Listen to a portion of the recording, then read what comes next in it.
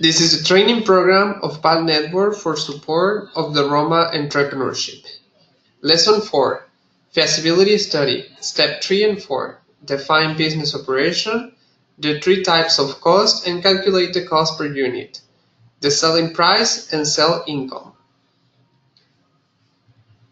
As the name of the lesson indicates, we're going to address the way we present our business idea and some technical aspects like operations and cost and price of the product or service. Regardless of the mean choose to pitch, the aim is typically the same, describing a business opportunity with the intention to secure funding to develop further the idea. There are three ways of doing a pitch. The classical way is delivered by a verbal business plan. It typically takes the form of an entrepreneur or group of entrepreneurs presenting or describing their ideas to prospective investors. An elevator pitch is simply a very short pitch that covers the idea into a short summary that takes only as long as a short elevator ride. A video pitch is a pitch done via a short video rather than in person. Here there are some links in which you can see one of the best pitch. To have a perfect business pitch, you need to speak to the audience. Do not read. It will be a good idea to tell a story while you present your business idea. Practice the presentation to speak fluently and remember, verify everything so you get the numbers right. Excite the audience and investors by speaking in a positive and attractive way. Don't get lost in details, 5 minutes maximum. Use graphic materials for presentations with the help of MS PowerPoint or with the help of other tools such as Prezi. Everything that happens within a company to keep it running and earning money is referred to collectively as business operations. Business plans often include a section dedicated to operations so that company founders understand the system, equipment, people, and processes needed to make the organization perform. Business operations for most businesses take into account the following elements: process, staffing, location, equipment, or technology. Once a business is established, and particularly after a growth spurt, it's important to periodically assess and analyze business operations to identify inefficiencies and improve communication. In this sense, comparisons with industry's benchmarks and best practices can help a company make sure its business operations are optimal. Now, we're going to explain the types of cost that a business has based on the management accounting. Management accounting techniques break cost into two major cost classifications: product cost, which are those costs related to manufacturing, and period cost, which are all non-manufacturing costs. Period costs are not considered an element of cost in management accounting, as opposed to product costs, which are held in inventory. Generally accepted accounting principles require that period costs are expenses as soon as they are incurred. Common small business period costs include advertising costs, sales commissions, and salaries for owners and top managers, administrative costs, and so on. Even though period costs are not considered elements of cost in managerial accounting, these costs produce net income just the same. As such, management might wish to track these costs on an ongoing basis and intervene if these costs are higher than expected. Product costs are then broken down into three types of elements: labor cost, materials, and overhead. These elements make up for the cost of products at nearly every company. Understanding accounting cost classification can help you make sure that your accounting for production at your company is in the correct manner. In the following slides, we are going to explain each category of the product cost.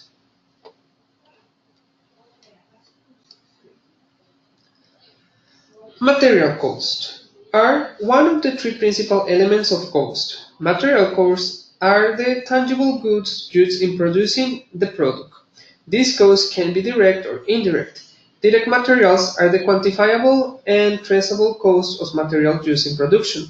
Indirect materials either cannot be traced to products or it is not cost-effective to do so.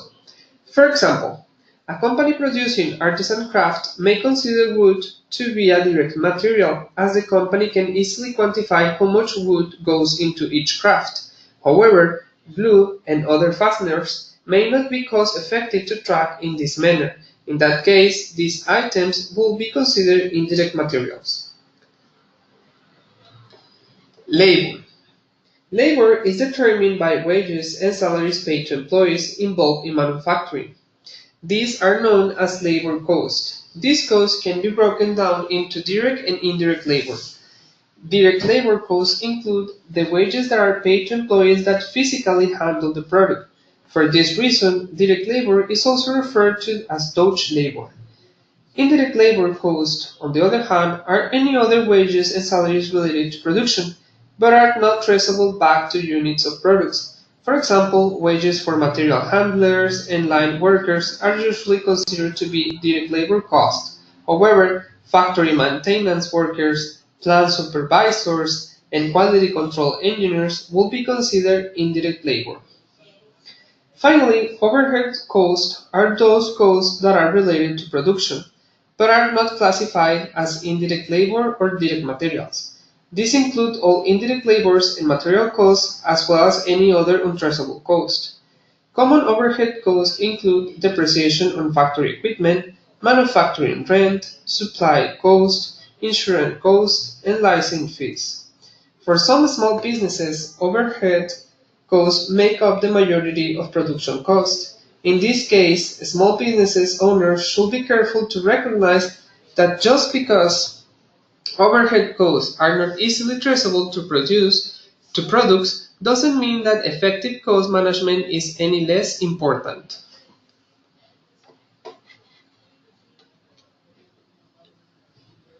The cost per unit is commonly derived when a company produces a large number of identical products. This information is then compared to budget cost information to see if the organization is producing goods in a cost-effective manner. The cost per unit is derived from the variable cost and fixed cost incurred by a production process divided by the number of units produced. Variable costs, such as direct materials, vary roughly in proportion to the number of units produced, though these costs should be declined somewhat as unit volumes increase due to greater purchasing discounts.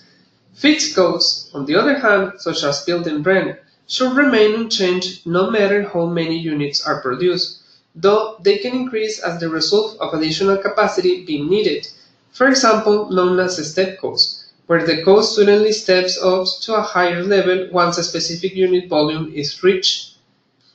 Examples of step costs are adding production facility or production equipment, adding a forklift, or adding a second or third shift.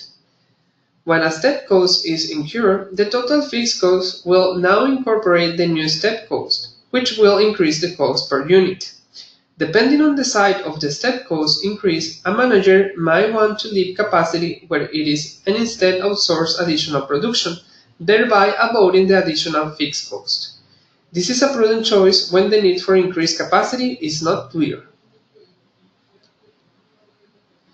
Determine selling prices and calculate the profit per unit. Sell prices will depend on two variables: the cost to produce or buy the item for sale and the amount of profit the company wants to make on the sale. The profit a company wants to make needs to be realistic. For example, for most items, a company cannot expect a 150% profit. Usually, a company should aim for between 10% to 20% profit on a sale. This could be higher or lower depending on management pricing technique at the time and the type of product the company is selling. For example, we're going to determine the cost to manufacture or purchase the product for resale on a per unit basis. Firm A buys 100,000 widgets from Firm B for 500,000 euros. To calculate on a per unit basis, divide the 500,000 euros by 100,000 widgets, which equals 5 euros a widget. In the example, Firm A expects a 25% profit on the sale, thus add 1 to the profit percentage. In our example, 1 plus 25% equals 1.25. This is the overall sale price percentage. Now, multiply the overall sale price percentage by the cost per unit. In the example, 1.25 per 5 equals 6.25. Therefore, firm A will sell each widget at 5.25 euros to obtain a 25% profit.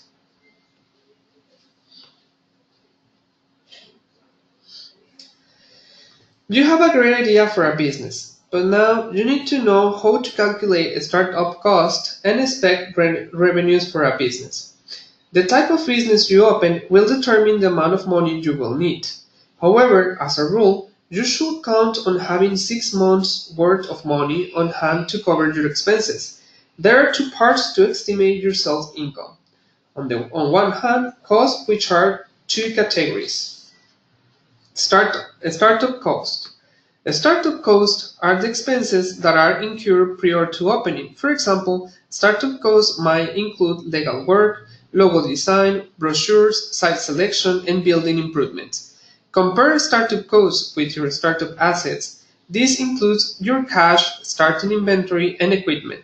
Secure startup financing if there is a gap between startup costs and startup assets. Startup financings include cash and material infusion from investors or loans. Post-startup cost. This category includes all of the expenses that you will incur until your business starts supporting itself.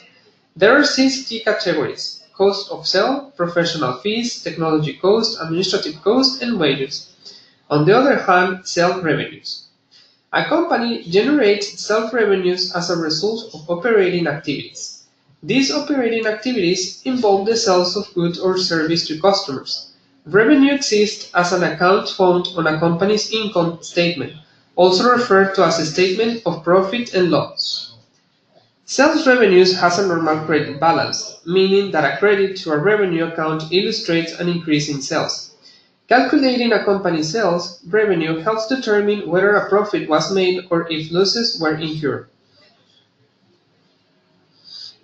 Remember, verify the selling price of each unit. The selling price per unit helps a company determine revenue generated from sales. A company that sells multiple items must figure the sales price of each unit to determine revenue from sales. In contrast, a company that sells one product has an easier time of calculating sales revenue.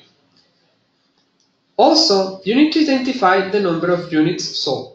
Determining the number of units sold allows a company to figure the amount of sales revenues generated from operating activities. Companies that sell multiple items must determine the number of units sold for each product.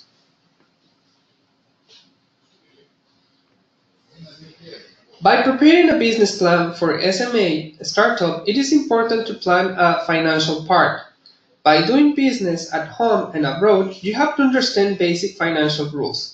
Financial resources for SME and startup. The basic methodology for the financial part of the business plan is sales forecast. What are the estimation of sales for the next 2 years? Supply forecast. What are the material resources that we will need in order to supply the demand of the next 2 years? Equipment. The company needs for its functioning. Employees. The company will employ how many workers? Other costs of company activities. And finally, financial results.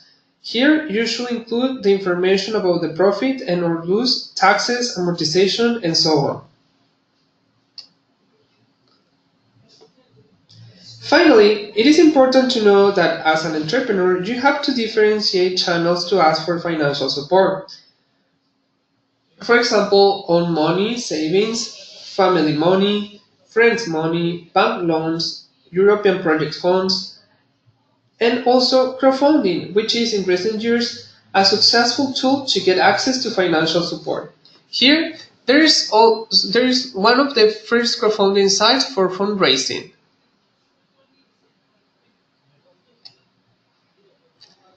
See you in the next lesson. Thank you.